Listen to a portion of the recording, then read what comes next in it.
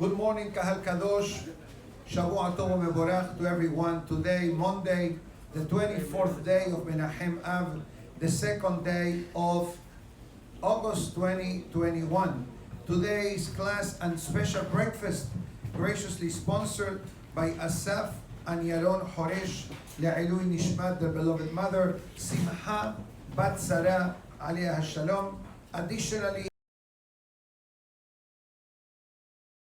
today's special breakfast and class, graciously sponsored by Shimon Afriat, Le'ilui Nishmat, his beloved grandfather, Shimon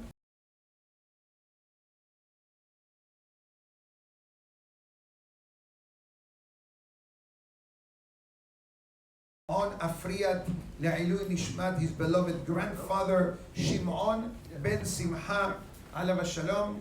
Additionally, today's class has been graciously sponsored by Mrs. Hani Khan and her sister Elizabeth Ledei, Le'ilui Nishmat, their beloved mother, Esther Yehudit, Bat Haim, Shelomo, Devora, Mrs. Julia Kahan, Aliyah Shalom. Tizkela Mizvot to the Friat family, to the Horesh family, and to the Kahan family for graciously sponsoring today's magnificent breakfast and classes as well. Anybody interested in sponsoring such a lavish and delicious breakfast for the future, Tavo Alechem Beracha, let me know so we can plan accordingly. Today, we're going to be discussing a bit of the Zohar Kadosh. The Zohar Kadosh of today actually is the continuation of yesterday that we did not have a chance to cover, but I'll give you a small introduction. The Gemara, we know that every one of us, without exception, from the youngest person in the room to the oldest person in the room, or anybody in the virtual audience of iTorah.com, has challenges in their life. We all have. Don't think for a moment that because I'm doing the talking, I'm immune, I'm exempt. Already the Yetzer Hara came to see me in the morning. You know what time he came today to see me? 5 o'clock. 5 in the morning, he says, Rabbi, we need to talk. I said, 5 more minutes. And you know what happens to the 5 more minutes, right? The 5 minutes became 50 minutes. Because you're Mahmid, you want to do more. But bottom line, I'm only illustrating this as an example. We always have our nisyonot, we always have challenges. And we have here today, I'm not going to turn the camera for security reasons, but we have a lot of youth, a lot of teens in the room. So you, Rabbi Yosef, you are the future of not only our synagogue, you are the future of Am Israel, each one in their way. And I'm sure that because of who you are and the potential that you have, Borei Olam keeps an eye on you, but you also go through challenges.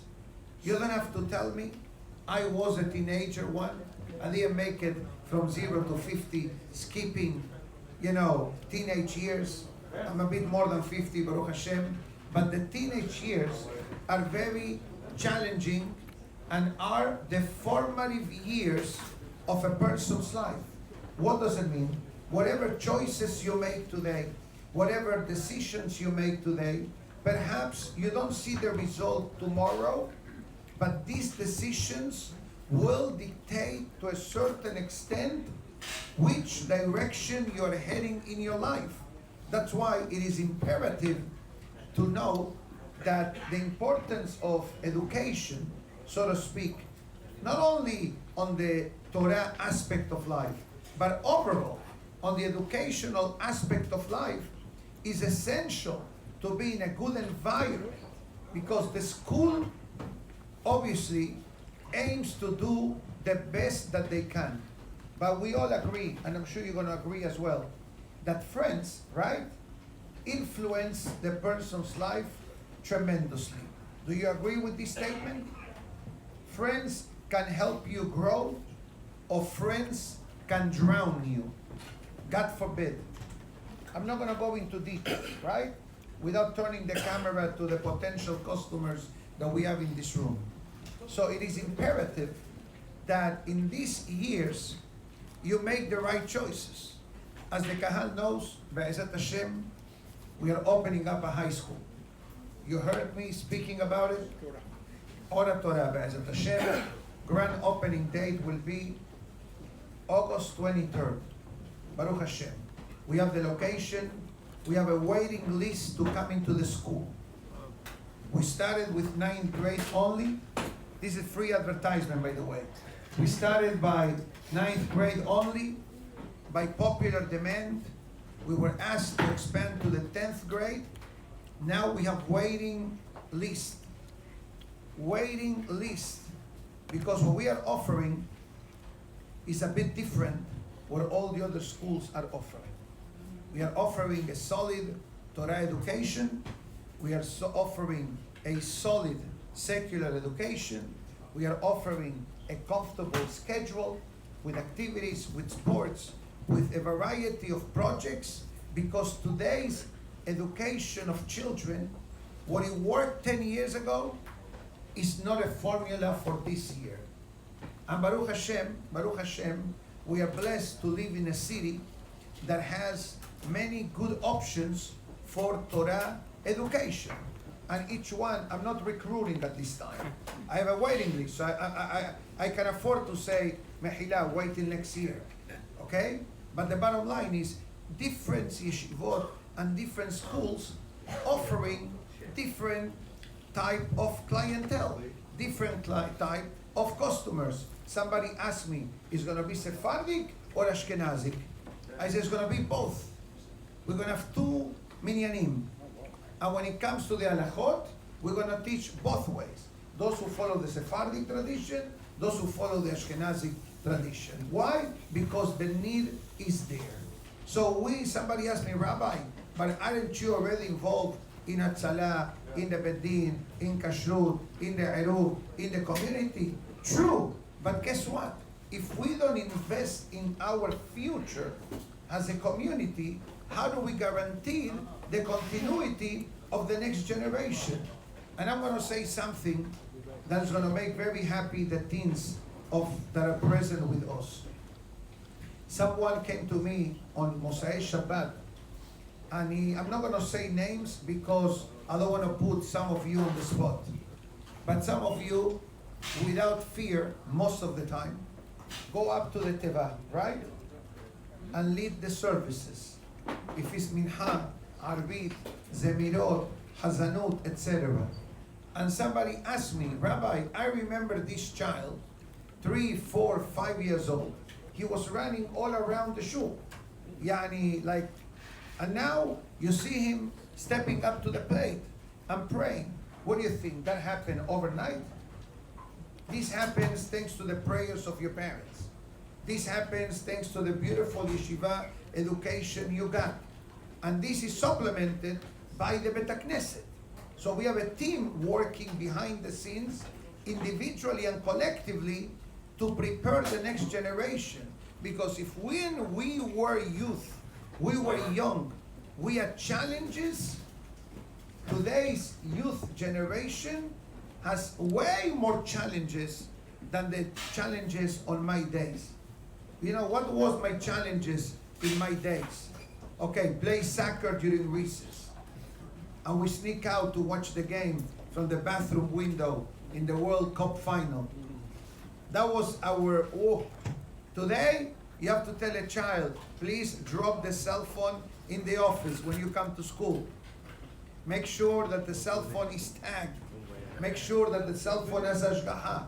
These are the challenges of today, you know, and don't drink, God forbid, and don't eat things that contain hidden CBD, Haz v'shalom. I know, you're laughing. What do you think? I'm a Martian? I'm a human. I live in this world. I live in this planet. I know what's going on. Don't believe my beard and my nice suit and my tie that I live in Shamayim. No, I live more on the planet Earth than you believe. And Be'ezat Hashem, I read lips occasionally, but keep that to yourself, okay? I'll tell you what the Zohar says. And I gave this scenario as an introduction Because the Yetzer Hara, or the Zohar Kadosh rather says, an interesting concept. Remember, in the beginning of Sefer Devarim, we said an interesting pasuk. The pasuk says, I'll say it in Hebrew, and then we'll translate. Be'atem ad-devekim ba'Hashem Elokechem, hayim kulechem hayom. What does it mean, be'atem ad-devekim? The word devek means what in Hebrew? Glue. Glue. It says, be'atem ad-devekim, those that are glued to God are alive forever. What does that mean? First of all, how can I glue myself to God? To glue to God is not something doable. Hashem is Almighty, creator of the world, and the Torah says, Ki Hashem Elokecha esh ochela el kanahu. Hashem represents fire. But you know what Rashi writes in Perashat Ekev at the end? I'm going to read Rashi, and we're going to translate it for the benefit of the audience. The Torah at the end of the Perashah gives me a guideline for life. And the pasuk says, it's at the end of the Perashah,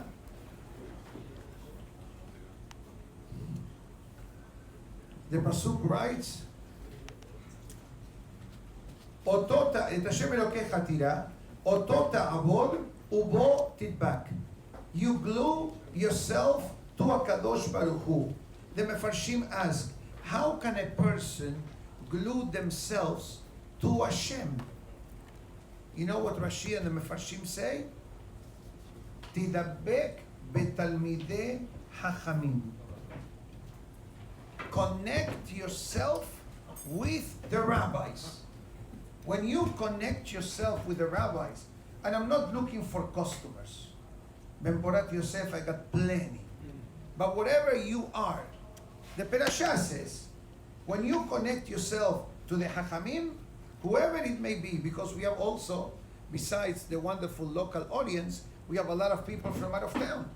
Whatever you are, always connect yourself with a Talmid Hacham. Why?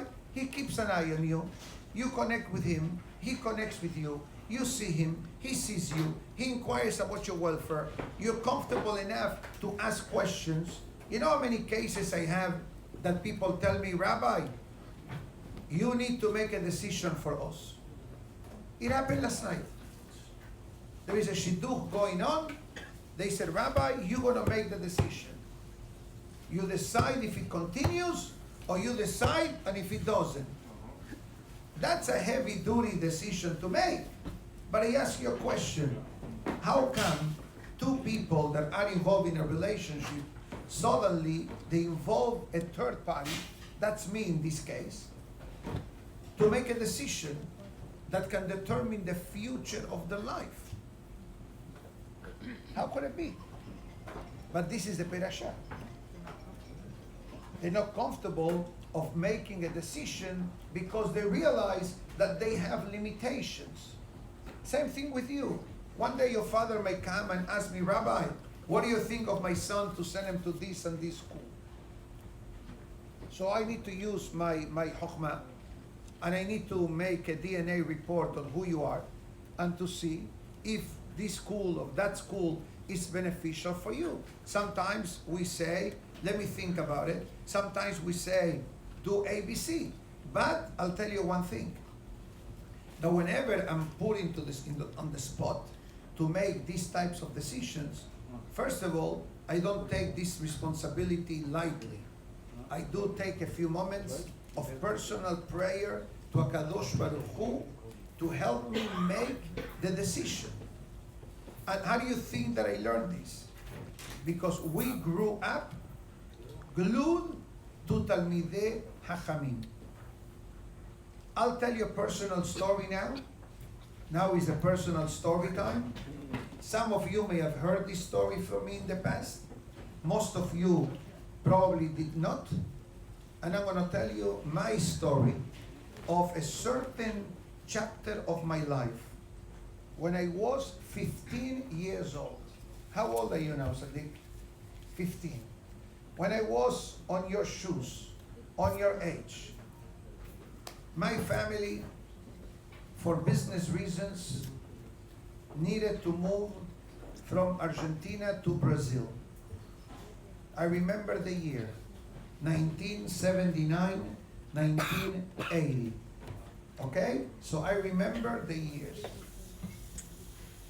Okay, business reasons, Baruch Hashem, we were doing very well, no complaints, but it reached a moment of the business that the company from Argentina expanded into Brazil. And my father, alav shalom, was in charge of that division.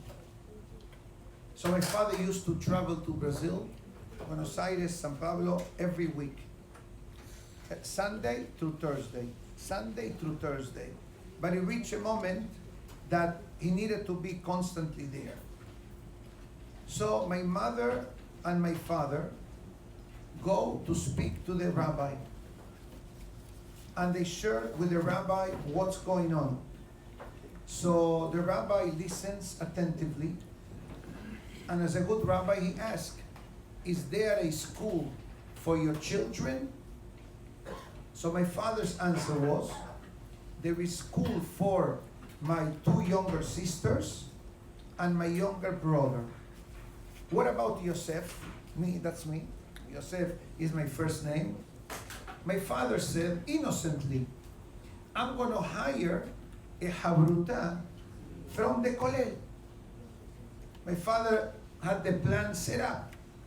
The rabbi said, no, your son Yosef stays here. I was 15 years old. Your son Yosef stays here.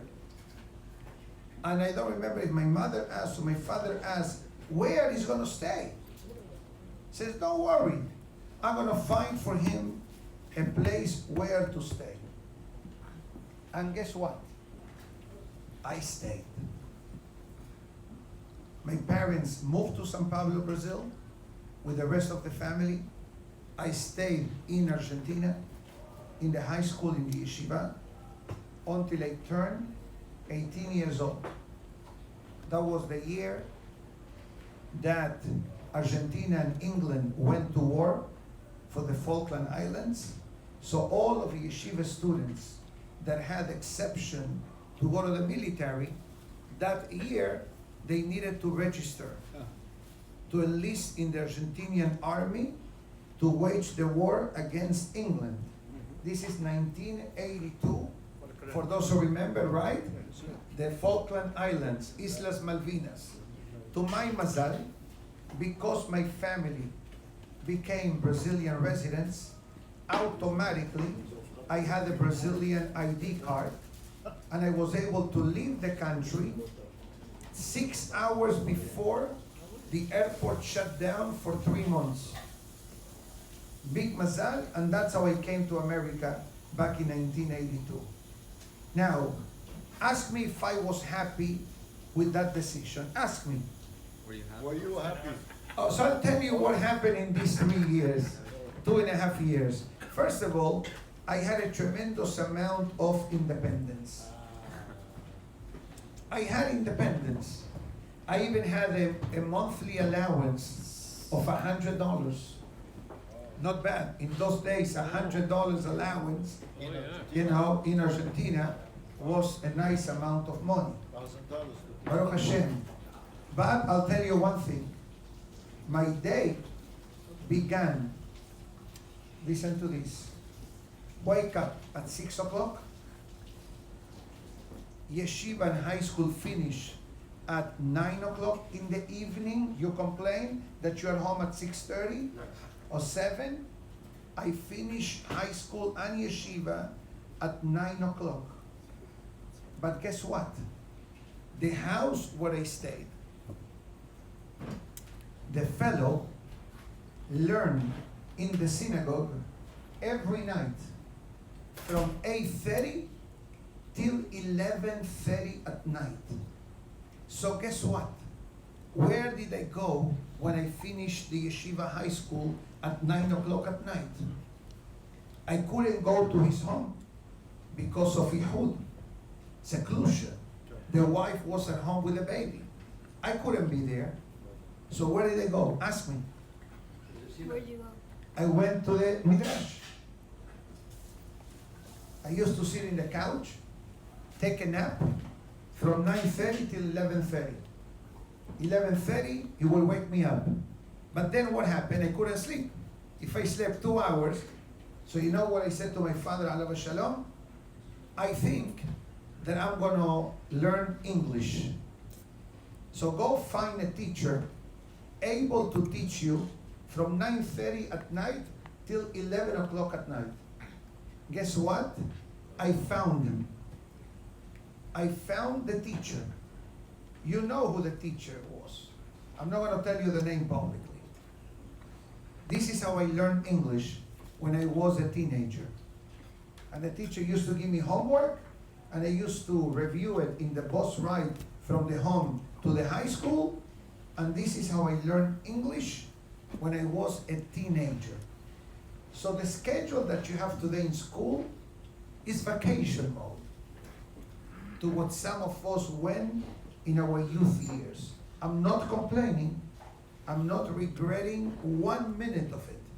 Did I miss my family? Of course. But Baruch Hashem, I went home once every 6 weeks.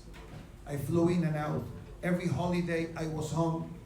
Baruch Hashem, I was surrounded by great families and friends. So it was an adventure to a certain extent, but it was a lifetime experience that is priceless.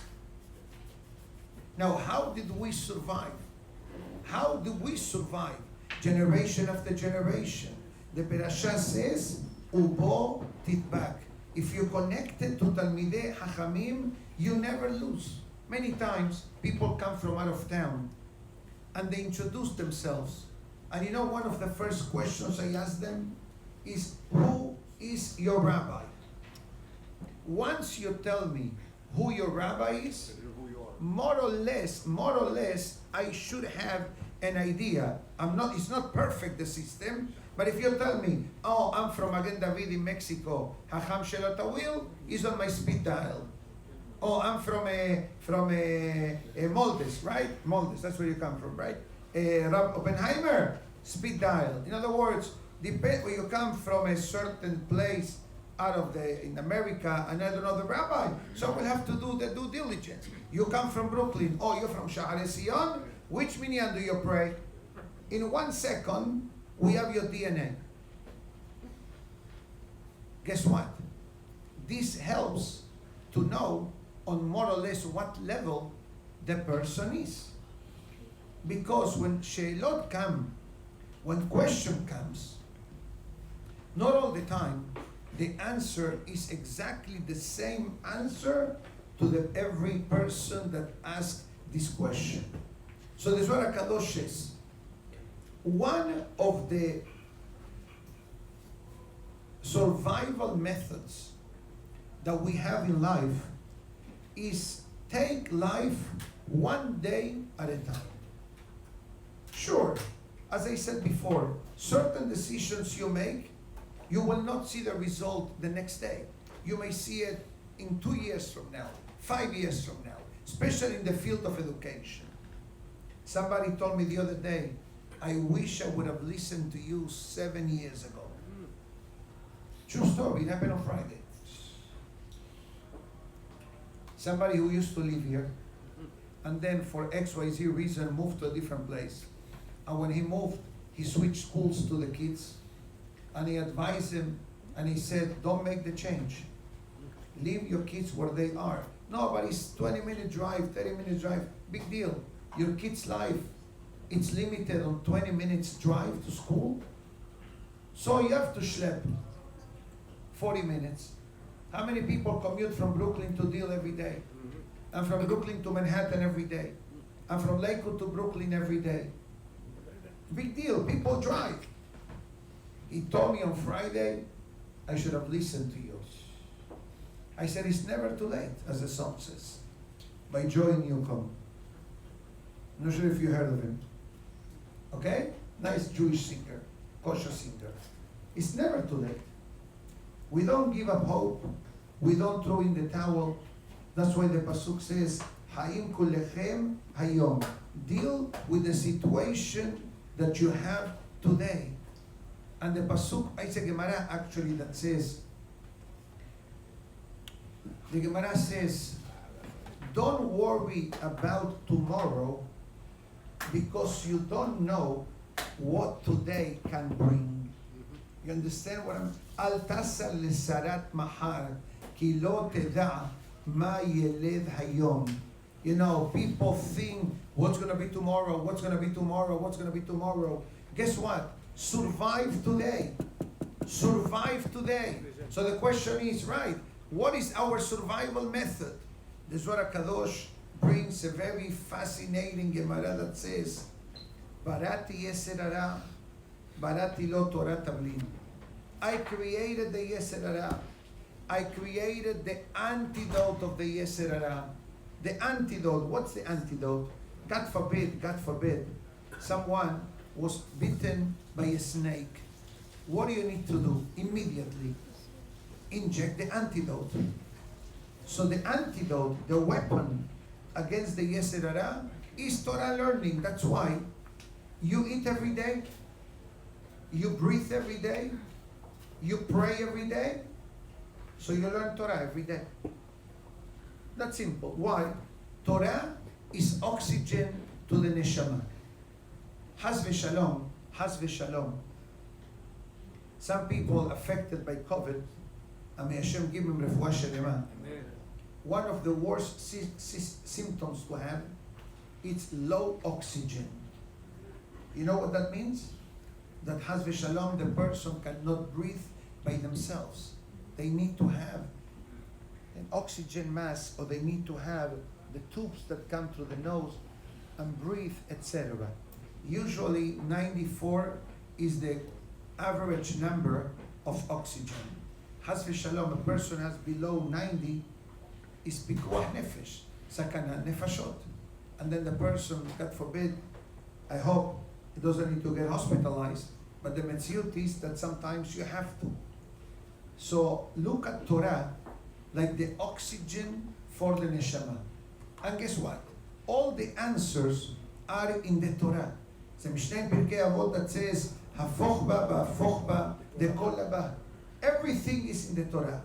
That you don't see it doesn't mean that it's not there. So the Zohar Kadosh writes and it says, concentrate for the message of the day. Tomorrow, it's another day, as we mentioned before. Now,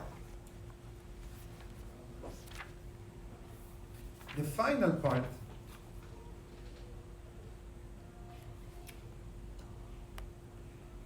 is an interesting message of Sefer Hasidim. Sefer Hasidim, how the title may sound intimidating to some people, has nothing to do with Hasidic movement. Sefer Hasidim actually was written by a great rabbi from Germany, Rabbi Yehuda HaHasid. But Germany didn't really have Hasidim. Germany had something called Yekes. Yeke, I hope it's not a derogatory name, but that's the name to the Yehudim that come from Germany, Nusach Ashkenaz. So then, why does he call the book Sefer Hasidim?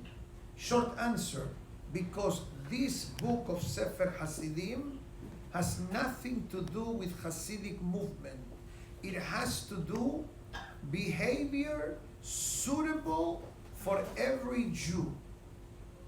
Everyone, doesn't matter who you are. Sephardic, Ashkenazic, young and old. And he divides it into small chapters. Chapters, different chapters. And every day has different messages. So let's read very, very quickly for the next 3 or 4 minutes only. Let me see the opening statement right here. Okay, I can take over from today's message. And it says, Shelosha mine yeser hara hem.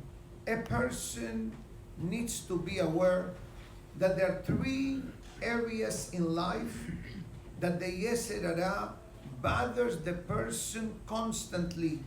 And it says, Ben zaken, ben bahur. It doesn't matter how old are you. Are you an older person? Are you a bahur? Bahur means literally what? Young person. A young person. Bahur means someone that is not married. That's number one. But bahur also means someone that is young. And he's going to give us a very powerful message. And I give you just the opening title of the message that he's going to speak about. Shemirat ha'inayim.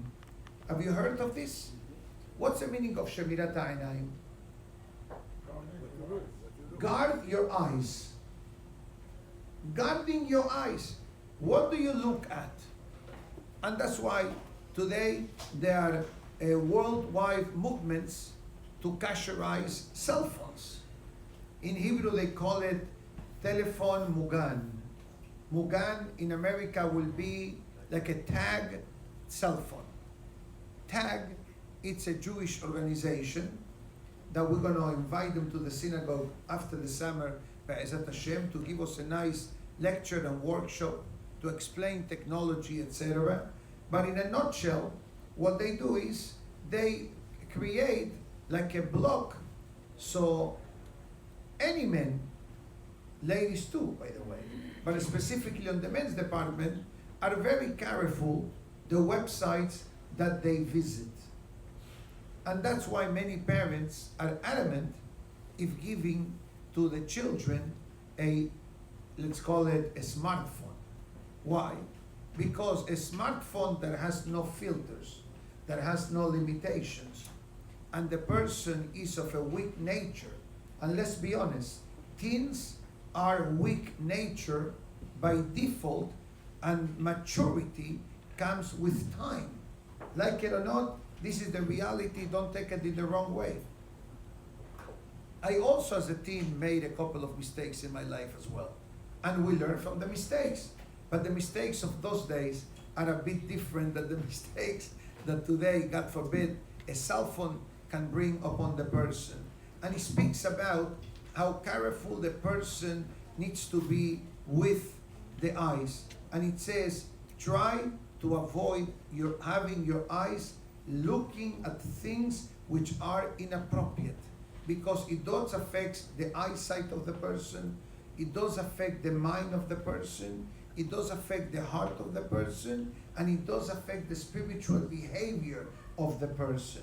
And sometimes good kids get ruined by kids that don't care about this topic, and they share an app, and they share a game, and they share things which I'm not going to say publicly, not to give ideas for those who don't. But there are games, God forbid today, already for a while, but lately had like a resurgence of it, is games that entice extreme actions. Extreme actions, including hurting yourself, and God forbid, doing things that eventually you will regret. I'm not going to tell you the name of the app, I'm not going to tell you the name of the game, but just keep your eyes open. You are good kids, conceived in the proper Jewish way, with Kedusha and Tahara, in a good way, in a kosher way. Just be careful, because we don't know, God forbid, how one screenshot of something inappropriate or unholy can find a way to travel the mind of the youth. And if God forbid, the person develops addiction is not limited only to alcohol or to drugs. Today is that there is addiction for forbidden things that the eye sees. Today there is addiction to the internet, there is addiction to immorality, God forbid. There is a lot of different types of addictions that, following our basic footsteps of Torah and Yirat Shamayim hopefully can be avoided. Now, you have a nisayon, you have a challenge. How do you deal with it? So I'll tell you a personal story that happened to me in Aventura. This story goes back a few years back. I used to live, as many of you know, country club estates, right? Almost a mile from the synagogue. And I used to walk with someone every Shabbat back and forth because we live on the same block. So one day when we leave the complex, he tells me, Rabbi, don't look to the right because the Yetzer Hara is coming. Can you understand what that means? I look at the left and I say to him, don't look to the left because the Yetzer Hara is coming. True story, by the way. So what are you going to do if the Yetzer Hara is coming to the left and is coming from the right? What are you going to do, Sadiq? Look down. You look down. You look down. That's how the Ramban writes. That when you walk around, don't look around. Walk just not to hit people. So it says the Sefer Hasidim, it says that God forbid, and I'm going to gear this more to the youth.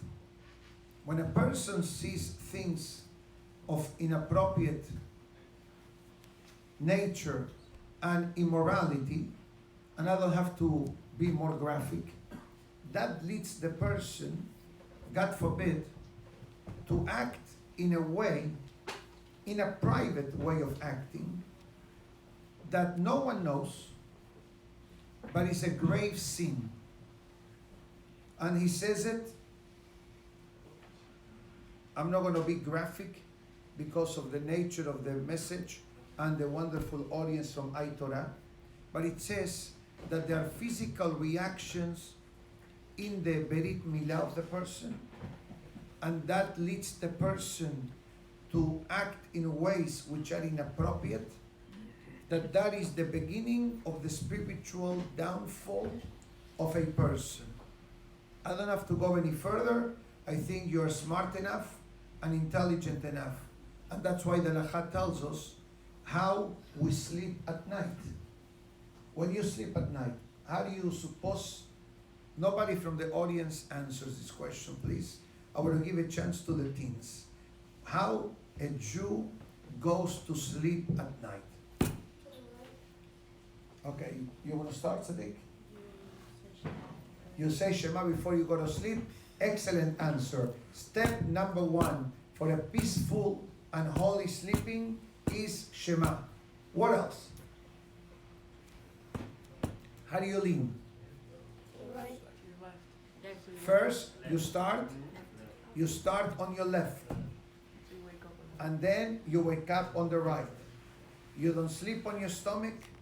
You don't sleep on your back.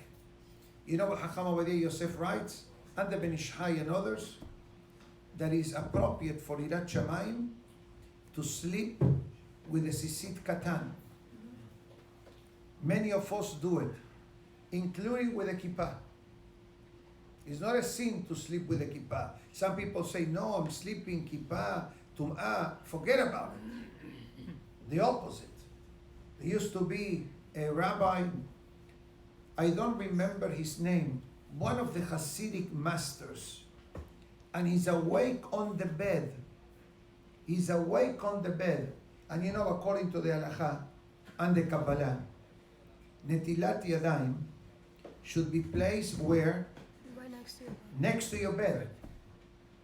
So you don't walk 4 steps without Netilat. Many people do it, Baruch Hashem. So what happened to this great rabbi? When he was sleeping, his kippah fell from his head. Now we ask you a question. How far can your kippah be between your head and the bed that you are sleeping? 3 feet. Heke, yani if you have a double-sized bed, maybe you have 3 feet distance if you have a queen size bed, and if you have a king size bed, and the wife asks him, I see your eyes are open. How come you're not up yet? And what does he says to his wife? My kippah fell from my head. I don't walk without a kippah. That's why, if you go to Brooklyn, if you go to Israel, they sell something called the sleeping kippah. Have you heard of that? You know what the sleeping kippah is? It's a kippah that fits your head, and then when you sleep, guaranteed it doesn't move. And people ask me sometimes, Goim and Yehudim, your kippah never falls from your head? I says, no. You have glue, you have Velcro, you have a clip. I have no Velcro, I have no clip. The shorter your hair is, which is good for spiritual development, the better the kippah sits on your head. Let me see your kippah size a minute, turn your head. All right, very nice. Very nice. But the kippah is supposed to cover the love of your head. All right, now, I can go on the topic of Rabbi Yehuda Hasid, but I think that everybody gets the message. Value your youthfulness, take advantage of your life, and remember, connection to the Hachamim, connection to Hashem. Don't worry about the day of tomorrow, of your challenges. Deal with the challenge of today, and one thing, and this will finish. A person needs to also ask for help. I'm not going to tell you names, I'm not going to tell you details. But several months ago, I received a phone call from a teenager.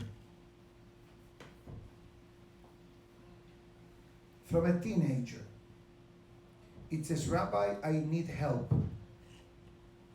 I'm drowning. Now, somebody tells you, I need help, I'm drowning. What is the first thing that comes to your mind? No swimming, because the person is making the phone call, for sure is not drowning in the water. I thought, drugs, right? I said, are you taking drugs? He says, no, chas v'shalom. Okay. Are you drinking? Alcoholic? No. So what's your condition? He says, I'm looking at forbidden things of the opposite gender, and I'm doing averot with my hands. You know what that means, right? If you don't know, better. I said, okay, I hear you. Zera levatala. Teenager, 16 years old. Took a lot of courage to pick up the phone and to say, Rabbi, I'm drowning. And I asked him, why don't you speak to your rabbi? He says, I'm not sure if my rabbi can help me, but I listened to some of your classes. He doesn't live here, he lives elsewhere. And occasionally you touch on the subject, so I figured I'm going to call you. Baruch Hashem, he called me, and I told him what to do. So step number one, take upon yourself a commitment of not doing it again. And one day we'll discuss this serious transgression that this is, God forbid. I said, number two, anytime you're about to do it, God forbid, Chas v'shalom, on the spot, call me, or text me 911. I will know what that is. And if I don't answer, it says text me again. But irrelevant if you call me or not, I said to him, make a prayer on the spot. Hashem, help me not to do again this avon. It's not simple. I'm talking to the teens today because they are here. And they are entering into this phase that perhaps everything goes and everything is permissible and others entice others, God forbid.